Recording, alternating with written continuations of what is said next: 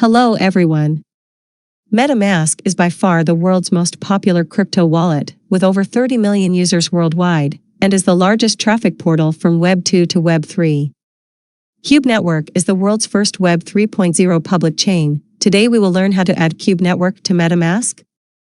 First of all, let's take a look at Cube Network's official website, which has a lot of information about Cube Network, such as its technical features, vision, white papers, economic model, and ecology.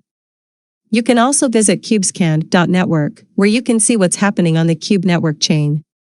Next, let's see how to add Cube Network to MetaMask.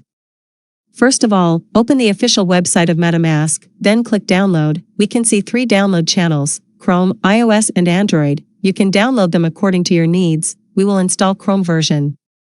After the installation, open MetaMask, click Add Network, and then add the required parameters. You can check the specific parameters in our channel. Finally, click Save and we'll add Cube Network to MetaMask. If you need to know more, you can follow our channel. Join our Discord and Telegram. Thank you very much.